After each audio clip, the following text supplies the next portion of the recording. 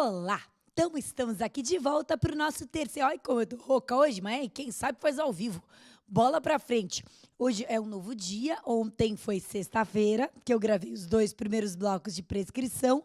E hoje, sábado, eu tô gravando, então, 4 blocos de prescrição, para a gente ficar com ao todo 6 blocos de prescrição e ter tudo de prescrição em nossas vidas. Então, vamos em frente. Eu vou só pedir para mim, o meu querido da técnica, onde está a minha lousinha, porque nós não vamos usar o material ainda.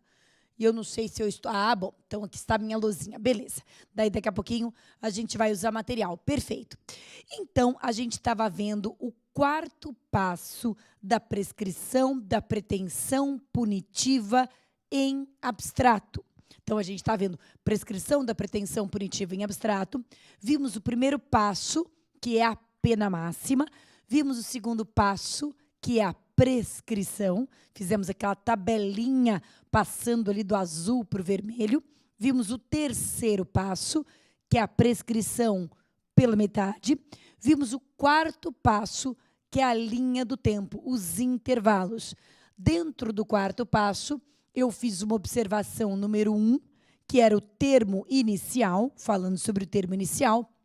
E agora nós vamos fazer uma observação número 2, falando sobre causas interruptivas. Então, observação 2, só para a gente fazer aqui uma emenda bonitinha da aula. Observação 2. Já estava aqui, né? E a gente vai dizer causas interruptivas. Opa! Causas interruptivas. É isso que estava, inclusive, escrito, se não me falha a memória. Então, causas interruptivas.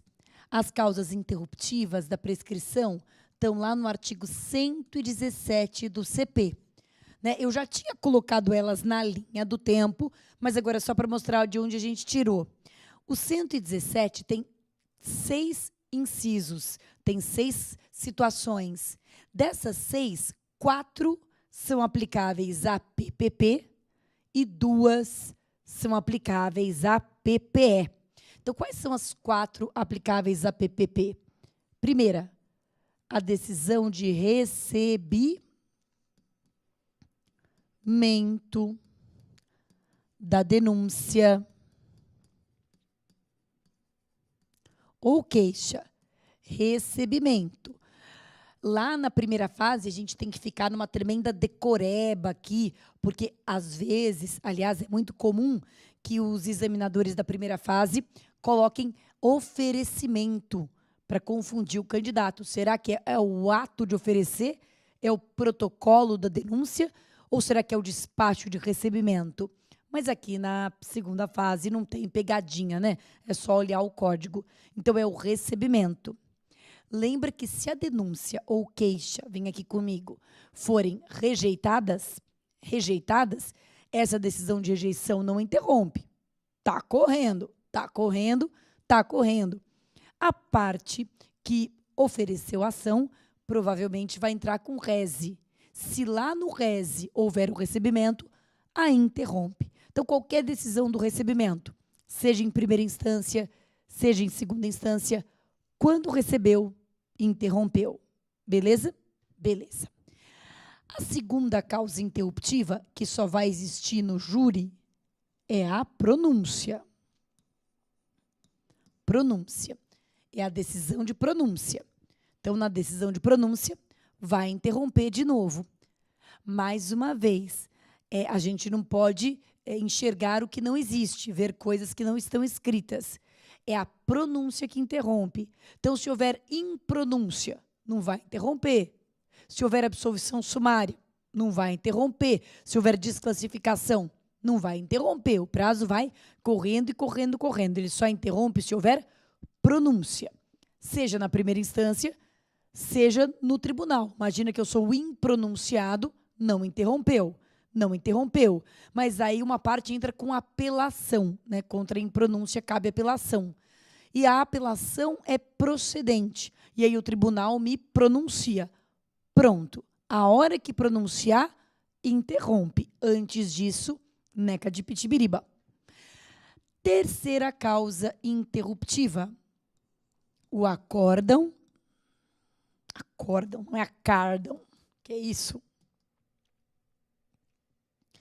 Acórdão confirmatório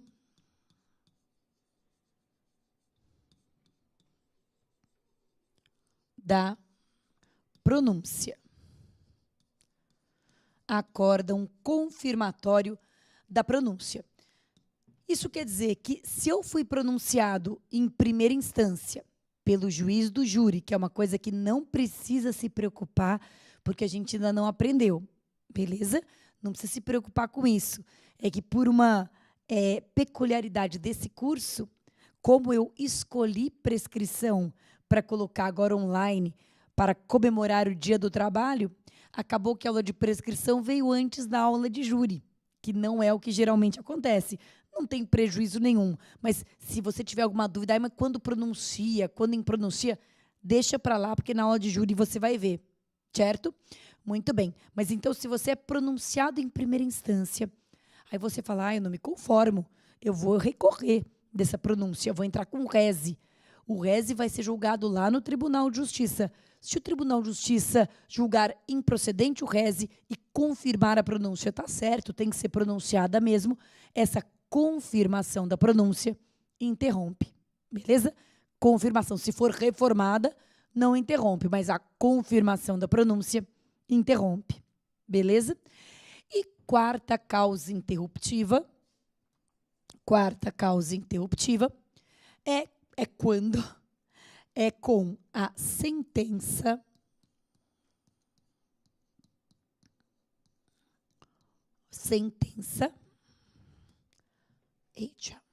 ou acórdão condenatórios. Sentença ou acórdão condenatórios. Por que eu estou frisando a palavrinha ou e eu estou frisando a palavrinha condenatório? Porque aqui tem uma explicação que precisa ser feita. Bom, a primeira explicação me parece óbvia. É só o condenatório. Então, se você tem uma sentença absolutória, ela não interrompe. Beleza? Beleza. E por que a lei fala sentença ou acórdão e não sentença e acórdão? Pelo seguinte, olha só.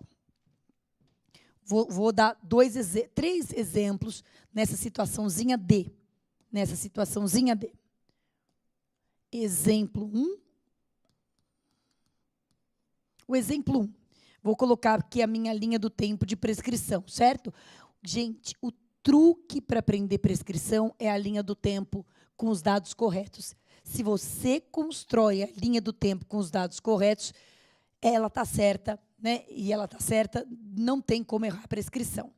Então, vamos lá. As causas interruptivas que a gente já conhece. Começa tudo, o termo inicial com a consumação, da consumação até R, recebimento. Do recebimento até a sentença condenatória. Mas digamos que não haja uma sentença condenatória, que haja uma sentença absolutória. Uma sentença absolutória. Essa sentença absolutória não interrompe. Agora, digamos que o Ministério Público recorra dessa sentença condenatória e consiga um acórdão condenatório. Um acórdão, a sentença foi absolutória, mas o acórdão foi condenatório. E depois termina com o trânsito em julgado definitivo. Você está vendo que essa linha do tempo, ela tem 1, 2, 3, 4, 5 pontos. E não pode, só pode ter 4 pontos. O termo inicial, o termo final e 2 causas interruptivas. No júri, mais 3, né? Mais 2, 4 causas interruptivas. Termo inicial, termo final e mais 2 causas interruptivas. Então, uma aqui está errada. Uma dessas datas está errada. A linha do tempo do rito ordinário só pode ter 4 datas.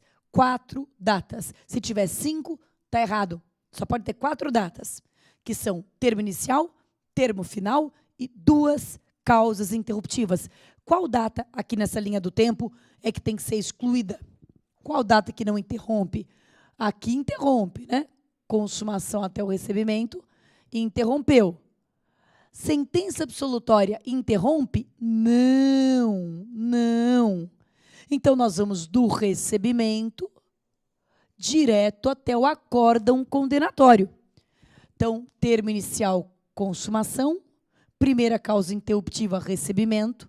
Segunda causa interruptiva, acórdão condenatório. E termo final, trânsito em julgado definitivo. 4 datas. Então, nesse caso, quem interrompeu foi o acórdão condenatório. Foi um acórdão condenatório. Agora, vamos dar um segundo exemplo. Quando que seria, então, uma sentença condenatória? Imaginemos o seguinte. Imaginemos que eu tenho aqui consumação e aqui recebimento. Aí eu tenho uma sentença condenatória. E aí eu tenho um acórdão confirmatório, né? Eu não vou chamar ele de condenatório, porque condenatório é o que condena pela primeira vez. Acórdão confirmatório da condenação. E depois, o trânsito em julgado definitivo. Trânsito em julgado definitivo. Isso é o termo inicial, isso é o termo final. Termo inicial, termo final. Tem 5 datas nessa linha do tempo. Exemplo 2, né? Eu achei que estava 3. Tem 5 datas nessa linha do tempo? Não pode. Só pode ter 4 datas. Termo inicial, termo final e 2 causas interruptivas. Bom, aqui temos o termo inicial. E aqui temos o termo final. Aqui temos uma causa interruptiva, não há dúvida. Então, esse aqui é o primeiro intervalo. Qual dessas 2 datas está errada? Só pode ter uma. Qual dessas 2 datas está errada? Está errada o acórdão confirmatório. Por quê? Porque o acórdão só interrompe quando ele for condenatório, ou seja, quando ele condenar pela primeira vez. O acórdão que apenas confirma não interrompe. E aí quem interrompe é a sentença. Então aqui nós temos consumação, recebimento, recebimento, sentença condenatória, trânsito em julgado definitivo. Sentença condenatória, trânsito em julgado definitivo. Isso quer dizer, gente, uma coisa muito importante. A partir da sentença condenatória, nada mais interrompe a prescrição. E muitas coisas podem acontecer depois de uma sentença condenatória. Eu posso entrar com embargos de declaração da sentença. Depois eu posso entrar com apelação da sentença. Depois eu posso entrar com embargos de declaração do acórdão da apelação. Depois eu posso entrar com recurso extraordinário. Depois eu posso entrar com recurso, né, recurso especial extraordinário. Depois eu posso entrar com agravo do extraordinário e do especial. Nada mais interrompe. Vai direto da sentença condenatória de primeira instância até o trânsito em julgado definitivo, trânsito para ambas as partes. Então, por isso é que a lei fala, só precisou de 2 exemplos, na verdade, não precisou de 3. Por isso que a lei fala sentença ou acórdão, porque nunca vai interromper 2 vezes, pela sentença e o acórdão. Vai interromper pela sentença quando a sentença for condenatória, e aí o acórdão não interrompe. Vai interromper pelo acórdão quando a sentença for absolutória, e aí a sentença não interrompe. E a palavra é condenatório, não é confirmatório. Veja que diferente. Aqui é confirmatório. Aqui em cima fala confirmatório, mas é confirmatório da pronúncia. Aí sim, eu já fui pronunciado em primeira, confirmou em segunda e interrompeu. Aqui na sentença ou acórdão, a lei não fala confirmatório, a lei fala condenatório. Então, o confirmatório está fora. Em suma, gente, ou é a sentença ou é o acórdão, nunca os dois. Nunca os dois.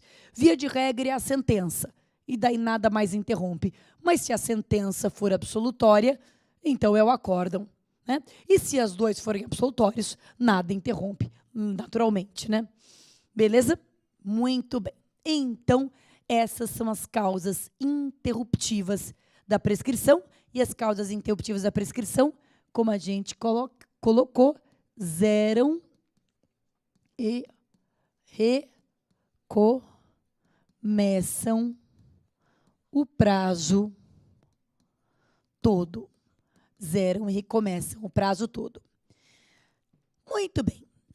Agora, antes da gente fazer os exercícios que eu trouxe aqui para a gente fazer juntos, antes da gente fazer os exercícios, deixa eu falar um pouquinho sobre causas suspensivas. A prescrição também pode ser suspensa, paralisada, congelada. Qual seria a diferença entre uma causa interruptiva e uma causa suspensiva? Uma causa interruptiva zera e começa tudo de novo. A prescrição era em 4 anos. Recebeu faltando 2 dias para completar 4 anos. Na hora que recebeu, zera e começa dali um novo prazo de 4 anos. Beleza? Zera e começa dali um novo prazo de 4 anos.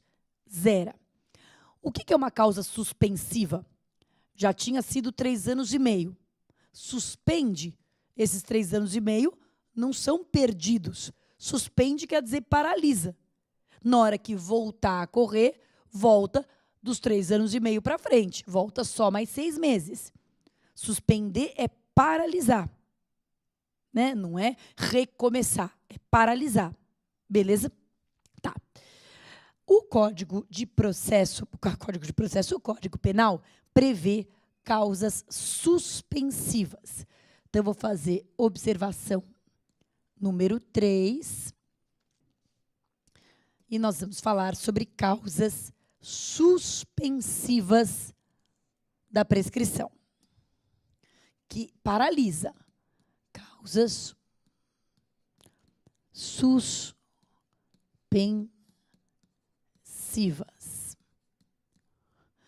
que só paralisam e volta a correr de onde foi. Pois bem, curiosamente, também são 4 as causas previstas no Código Penal.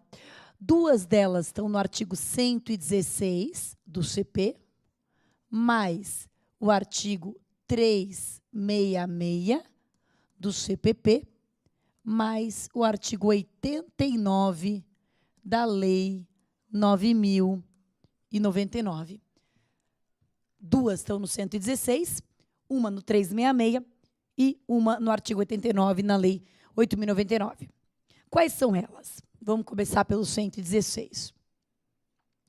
Vai ficar suspensa a prescrição enquanto o réu, condenado, o réu, essa é a menos importante, por isso estou começando por ela, cumpre pena no estrangeiro. Se o réu está sendo processado no Brasil, mas ele está cumprindo pena no estrangeiro por outro crime, né, está respondendo criminal, está cumprindo pena no estrangeiro, enquanto ele cumpre pena no estrangeiro, a prescrição aqui não corre. E a razão disso é porque, embora o juiz não seja obrigado a isso, ele, em muitos casos, vai optar por suspender o processo no Brasil até que a pessoa possa vir ao Brasil para responder, até para não violar o princípio da autodefesa, né? Para não julgar a pessoa à revelia. Então, enquanto a pessoa cumpre pena lá no estrangeiro, não corre a prescrição por aquele processo aqui, né? Por determinado processo, por qualquer processo que ela responda aqui no Brasil. Não se preocupa com isso, não. Isso não vai cair, tá? Eu vou te dizer o que vai cair, aí você presta atenção. Essa segunda pode cair enquanto o processo está suspenso em virtude de questão prejudicial. Prejudicial.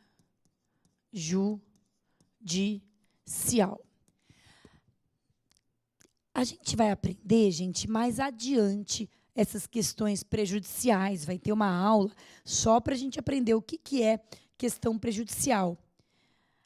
Eu vou dar uma explicação superficial só para você não ficar perdido com essa história da prescrição. Mas a gente vai explicar melhor lá na frente. O que é questão prejudicial? Questão prejudicial é uma questão relacionada ao mérito da causa, relacionada à existência ou não de um crime, mas que tem que ser resolvida antes pelo juiz cível. Pelo juiz cível. Então, eu vou te dar um exemplo. Imagina que eu estou sendo acusada de bigamia. Estou sendo acusada de bigamia. Mas eu alego na minha RA, por exemplo, não se preocupa com a peça, tá? Só com o fundamento.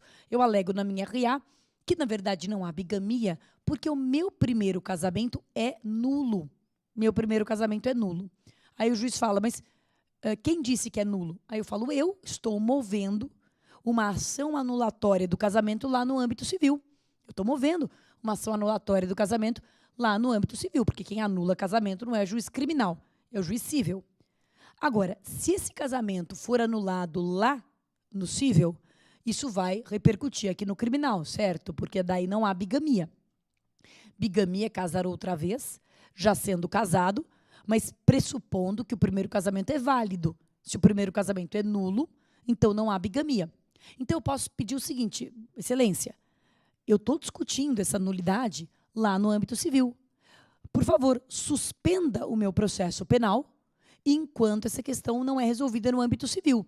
Quando o juiz cível decidir se o meu casamento é nulo, aí voltamos ao processo criminal. Ou se ele decidir que o casamento não é nulo, voltamos ao processo criminal. Mas vamos aguardar o que o juiz cível vai dizer. Deu para pegar um pouco a ideia, mais ou menos assim, no geralzão? O que importa é que se o juiz acatar o pedido e suspender o processo, aguardando a resolução da questão prejudicial, se o juiz acatar o pedido e suspender o processo, aguardando a questão prejudicial, ele vai suspender também o prazo prescricional. Para você não dar uma de esperto, né? Eu sei que a ação civil vai demorar pra caramba, peço para o juiz suspender o processo e vamos ficar aguardando a questão civil demorar até o processo criminal prescrever. Neca de pitibiriba, porque o processo criminal não vai correr a prescrição enquanto estiver lá suspenso. Então, durante o período, na hora que o juiz decreta a suspensão do processo e o prazo prescricional. Parou, congelou. Se já tinha corrido um mês, fica um mês. Se já tinha corrido 2 meses, 2 anos, fica 2 anos, fica paralisado. Na hora em que o juiz determinar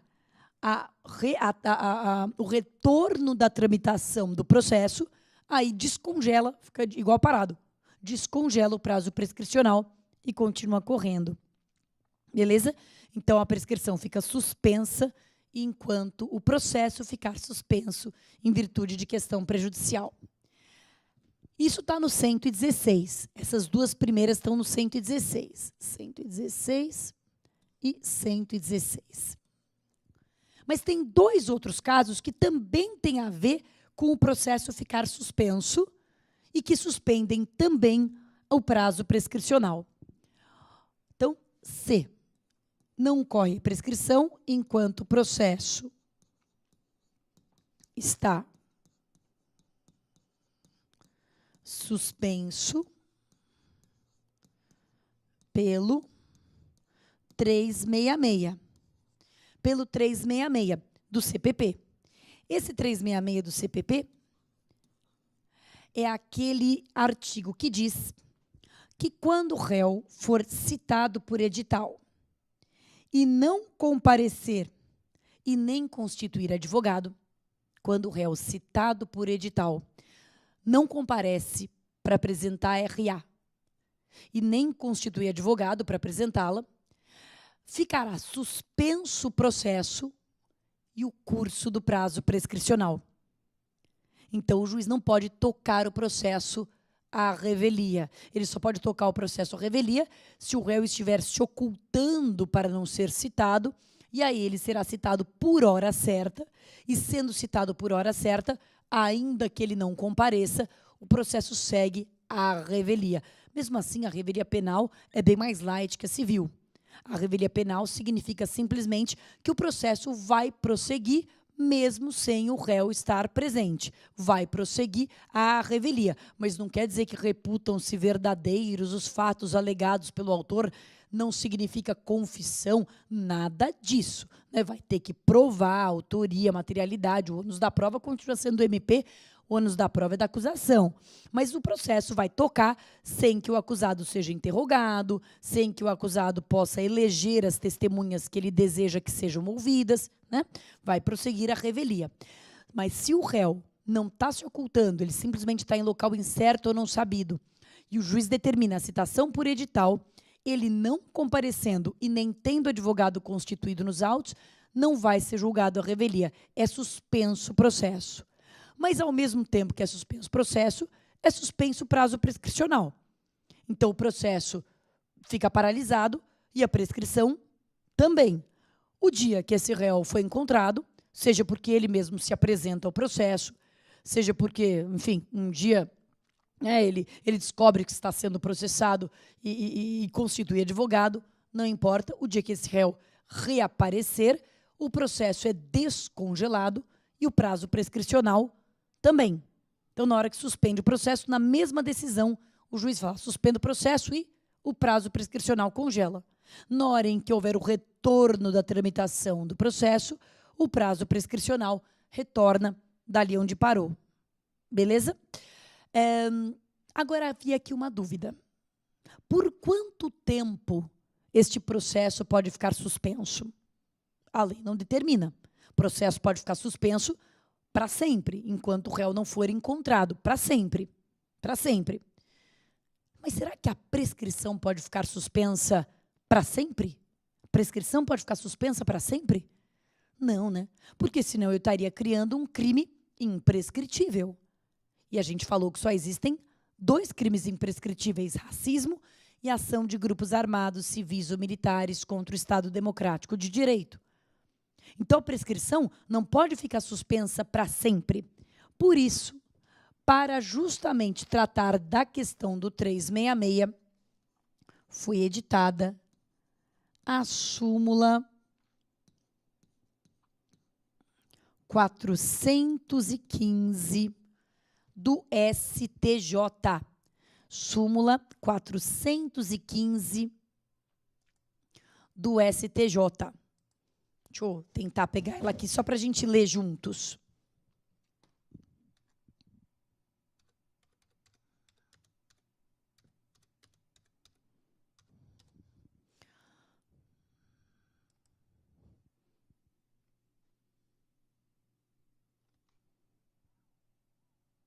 Será? Não? Vamos de novo? Tilts.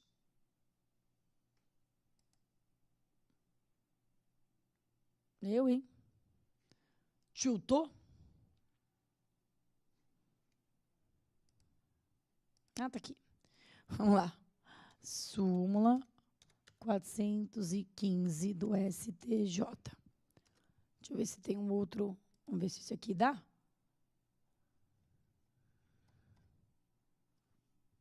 Tá aqui.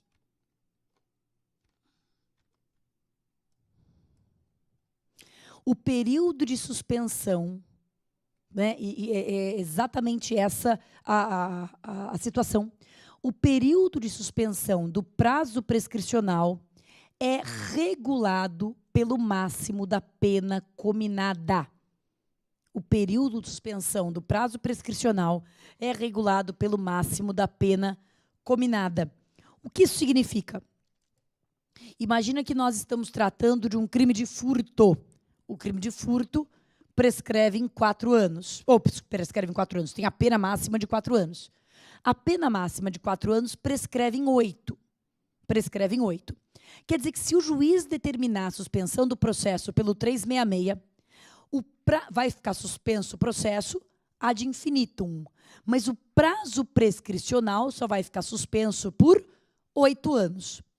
Terminou os 8 anos, a prescrição descongela. A prescrição recomeça a correr, ou seja, para mais os 8 anos, né?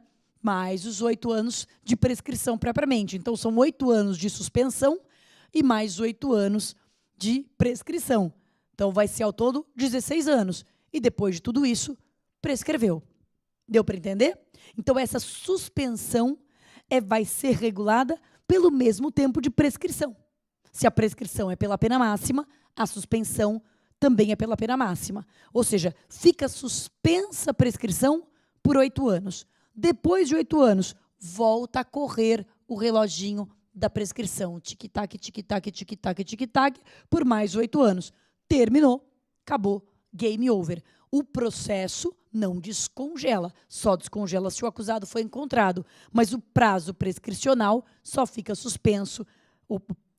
A suspensão do prazo prescricional é regulada pela pena máxima, ou seja, da mesma forma que a própria prescrição também é regulada pela pena máxima. Deu para entender?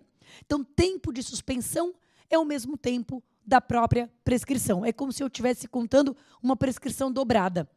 Então, se o crime prescreve em 8, durante 8 fica suspensa, durante mais 8 ela corre e depois acabou, prescreveu. Certo? Isso é a súmula 415. E a última hipótese que já caiu na OAB é quando o processo está suspenso pelo... Ficou um pelo esquisito aqui.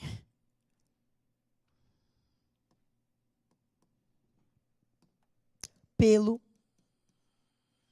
89 da Lei 9.099. Lembra que o 89 é o chamado sursi processual. Lembra que a gente estuda o sursi processual, pena mínima de 1 ano, não estar sendo condenado e não ter sido processado. Se você preenche aquelas condições, é suspenso o processo, mas aí tem um prazo determinado. A lei fala que é suspenso o processo por um prazo de 2 a 4 anos. É o juiz que escolhe, 2 a 4. O juiz que escolhe. É suspenso o processo por 2 a 4 anos. Dentro desses 2 a 4 anos, você tem que ficar cumprindo determinadas condições, geralmente indo no fórum e assinando o livro de sursi. Terminou o sursi, se não tiver sido revogado, é extinta a punibilidade sem condenação. Lembra disso? Pois bem, acontece que quando é suspenso o processo, simultaneamente é suspenso o prazo prescricional. É suspenso o processo e o prazo prescricional também é congelado, para não ter malandragem. Imagina que o crime já estivesse quase prescrevendo, aí você aceita o sursi processual, começa a cumprir, no meio falar, quer saber, desencana, porque esse crime já está prescrito mesmo. Não pode, porque enquanto o processo está suspenso e você está cumprindo as condições, o prazo prescricional também está. Se você cumpriu o sursi direitinho, é extinta a punibilidade e acabou, né? Nem vai falar em prescrição nem nada, mas é extinta a punibilidade pelo cumprimento do próprio sursi. Acabou. Mas, se o sursi for revogado, se por acaso você pisar na bola e o sursi é revogado, recomeça o processo, reinicia o processo, recomeça a tramitar o processo e aquele período a prescrição ficou suspensa. Naquele período de suspensão, não correu prescrição. Você vê que nos 3 casos, B, C e D, a ideia da suspensão da prescrição está ligada à suspensão do processo. Né? Suspende o processo, mas também suspende a prescrição. No caso de aguardar uma questão prejudicial, no caso de aguardar o retorno ou o encontro do investigado, né, no 366, ou aguardar o cumprimento ou não do sursi processual. Né? São 3 hipóteses em que o processo fica suspenso e a prescrição fica congelada enquanto o processo não corre. Não teria sentido o processo ser suspenso e a prescrição correndo seria, né, um convite à impunidade, digamos assim. Muito bem, gente, com isso, galerinha do meu amor, do meu coração, a gente viu tudo, viu de prescrição em abstrato, super no detalhe, causas interruptivas, causas suspensivas, termo inicial. E agora, como eu havia prometido, vamos fazer um pouco de exercício, porque não adianta pirar na batatinha sem fazer os exercícios. Então, vamos fazer um pouco de exercise. Olha só. Eita, não é aqui não. Nem aqui não. Cadê, técnica? A minha abinha do arquivo. Não estou encontrando. Pode ser eu que sou essa meia burra. Obrigada. Ah, tá em cima. Agora que eu vi. Tá aqui em cima, sem título. Ah, beleza. Problemas de prescrição. Vamos lá? Então, vamos começar pelo primeiro problema. Questão 1, inédita. Então, é assim. Em 7/6/2014, Paulo, aos 69 anos de idade, então eu já vou sublinhando algumas coisas que me parecem importantes num problema de prescrição. Primeiro, a data aqui do crime.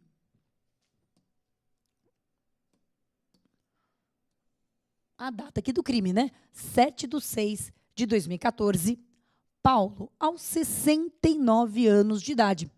A idade do réu também é importante. 69 anos de idade. Bom, ele não tem 70, então, né, não temos que alegar isso. Pratica o crime de ato obsceno. E a pena do crime é uma coisa importante também. 3 meses a 1 ano. Por ter exposto o órgão sexual, olha que velho safado, por ter exposto o órgão sexual em uma praça pública na presença de vários transeuntes. O inquérito é instaurado no mesmo dia. A denúncia, no entanto, só vem a ser oferecida em 7/6/2017 e recebida em 10/6/2017. Qual dessas datas é importante para a prescrição? A data do recebimento ou do oferecimento? Recebimento. Recebida. Houve prescrição? Então, a pergunta é se houve prescrição. Se sim, quando se deu e qual espécie? Se não, por quê? E quando se dará? Bem, se é que houve prescrição, poderia ser qual? Então, primeira coisa, identificar a situação. Então, eu vou colocar aqui. Como é que eu resolvo esse problema? Problema 1. Problema 1. Problema 1. Identificar se é que há algum tipo de prescrição, qual que poderia haver. Ainda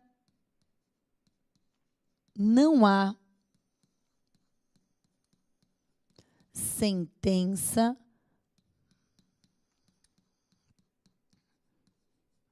transitada em julgado.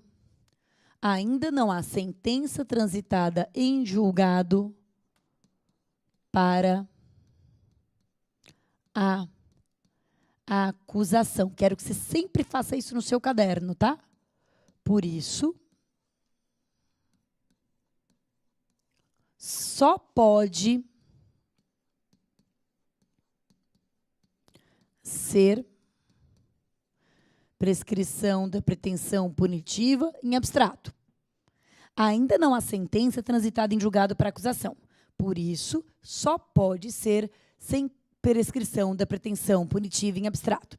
Então, vamos calcular a prescrição da pretensão punitiva em abstrato. Vou colocar aqui, primeiro passo. Segundo passo. Terceiro passo. Quarto passo. Estou me organizando. O primeiro passo se chama pena máxima.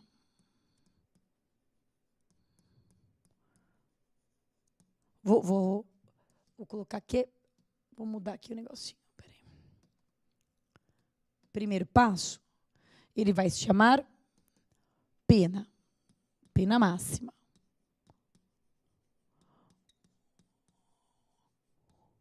O segundo passo se chama prescrição, para ficar com aquele joguinho do azul-vermelho. O terceiro passo é prescrição pela metade. E o último passo são os intervalos. Você está vendo que eu estou preparando? Eu estou preparando o meu problema sem nem ter lido, porque eu li o problema, mas eu estou preparando o meu problema. É assim que você vai preparar para tudo. Para tudo, preparar em abstrato, né? E aí os intervalos, eu já vou fazer a minha linha do tempo aqui. E qual que é a minha linha do tempo? Ela tem que ter 4 datas. Quais datas que vão na minha linha do tempo? Consumação, recebimento, publicação da sentença, trânsito em julgado definitivo. Não é isso? São as 4 datas que vão. Consumação, recebimento, publicação da sentença ou do acórdão, o que vier primeiro, e trânsito em julgado definitivo. Agora, vamos completar o nosso problema com os dados do nosso problema concreto. Problema concreto. Primeiro, pena máxima em abstrato, 1 ano. Pena máxima em abstrato, 1 ano. Beleza. Prescrição, a pena de 1 ano prescreve em 4 anos. Prescrição pela metade. Quando que haveria prescrição pela metade? Se o réu fosse menor de 21 na data do fato, que ele logicamente não é, ou maior de 70 na data da sentença. Vamos pensar o seguinte. Eu sei que ele tinha 69 anos de idade no fato, e o fato aconteceu em 2014. E a denúncia foi recebida em 2017, 3 anos depois. Deu para entender? Ele tinha 69 em 2014. Quantos anos ele tem em 2017? Se ele tem 69 em 2014, ele fez 70 em 2015, 71 em 2016, 72 em 2017. Quer dizer que em 2017 ele já tem mais de 70. Eu não preciso, é o que eu disse no último bloco, eu não preciso aguardar haver sentença para saber se a pessoa é maior de 70 na data da sentença. Maior de 70 na data da sentença, leia-se, maior de 70 antes da data da sentença. Em qualquer momento, antes, até a data da sentença, que eu tenha 70 anos, já corto a prescrição pela metade. Portanto, a prescrição aqui será cortada pela metade e vai prescrever em 2 anos. 2 anos. Então, pena, 1 ano, prescrição, 4, prescrição pela metade, 2. Ótimo. Intervalos. Vamos lá completar os intervalos. Data do fato, 7/6/2014. Data do fato, 7/6/14.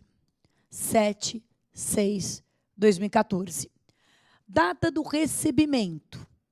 Recebimento, 10/6/2017. 10/6/2017. Data da publicação da sentença. Eu coloco as datas. Coloco as datas, mesmo que seja para escrever X, para eu saber que eu estou na linha do tempo certa. Consumação, recebimento, publicação da sentença, TJD. TJD, nada. Então, nós só podemos verificar um intervalo prescricional. A prescrição é em 2 anos e entre a consumação e o recebimento passaram-se quantos? 3 anos? Mais do que 3 anos ainda? Um pouco mais do que 3 anos? Portanto, já houve prescrição? Sim. Qual que é o nosso gabarito? Já houve prescrição? Houve prescrição? Sim. Se sim, quando se deu? Se deu entre a consumação e o recebimento. Em que dia que prescreveu? Que dia exatamente que prescreveu? Vamos voltar aqui? A prescrição começou a contar dia 7 de junho de 2014 e prescreve em 2 anos. Em qual que é o último dia do prazo prescricional? Lembre que prazo prescricional é prazo penal. Penal, está no Código Penal, todos os artigos estão no Código Penal. É um prazo penal. Se é um prazo penal, conta o dia do início e desconta o do final. O que quer dizer esse desconta do final? Sem churumelas. Termina um dia antes do que começou. Então, se ele começou no dia 7, ele termina no dia 6 de junho de 2016. Concorda? 2 anos da 2016. Então, em 6 de junho de 2016, se deu a prescrição entre a consumação e o recebimento em 6 de junho de 2016. Foi este o dia que terminou o prazo prescricional. Se o juiz, pergunta dos alunos, se o juiz tivesse recebido a denúncia nesse dia, ainda não teria prescrito. Ainda não teria prescrito. No dia 7, já está prescrito. Mas se a prova te perguntar quando prescreve, é para você colocar no dia 6. É para você colocar o dia em que termina o prazo prescricional, certo? Então, prescreve no dia 6 de 6 de 2016. Se fosse recebida nesse dia, tudo bem. Recebida no dia 7, já estaria prescrito, mas foi recebido muito depois, foi recebido em 2017. Então, nem há que falar nada. Deu para sacar, gente, o que é um problema de prescrição? Olha que facinho. Pena, prescrição, prescrição pela metade, estica a linha do tempo, 4 datas. 4 datas. Bom, para a gente pegar um pouquinho mais de segurança, eu vou fazer um próximo problema. Uma questão que caiu numa prova de concurso da GV. Olha só, aqui não é uma questão feitinha pela prof, não. É uma questão de concurso da GV. Tiago, nascido em 10 de outubro de 90, foi denunciado. Vamos grifando aqui, eu vou grifando e você vai grifando comigo. Beleza? Então, Tiago, nascido em 90, foi denunciado pela prática do crime de tentativa de homicídio. Então, aqui não está dizendo a pena, nós vamos ter que olhar, certo? Tentativa de homicídio.